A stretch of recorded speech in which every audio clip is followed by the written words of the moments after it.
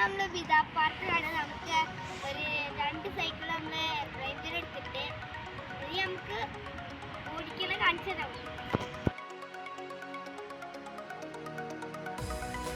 അപ്പോൾ എന്താണ് നമ്മുടെ സൈക്കിൾ കേട്ടോ.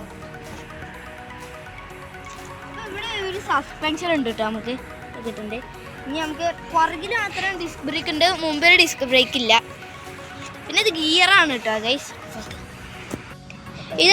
ഇത് ഷിമാനോൻ്റെ ഗിയറാണ് കേട്ടോ. ഇനി ഇവിടെ നമുക്ക് വാട്ടർ ബോട്ടിലൊക്കെ വെക്കാം കേട്ടോ. അതാ ഇവിടെ ഒരു ലൈറ്റ് ഉണ്ട് കേട്ടോ ഗൈസ്, അത് നമ്മൾ ഓണാക്കി ഇപ്പോൾ കാണിച്ചു തരാം.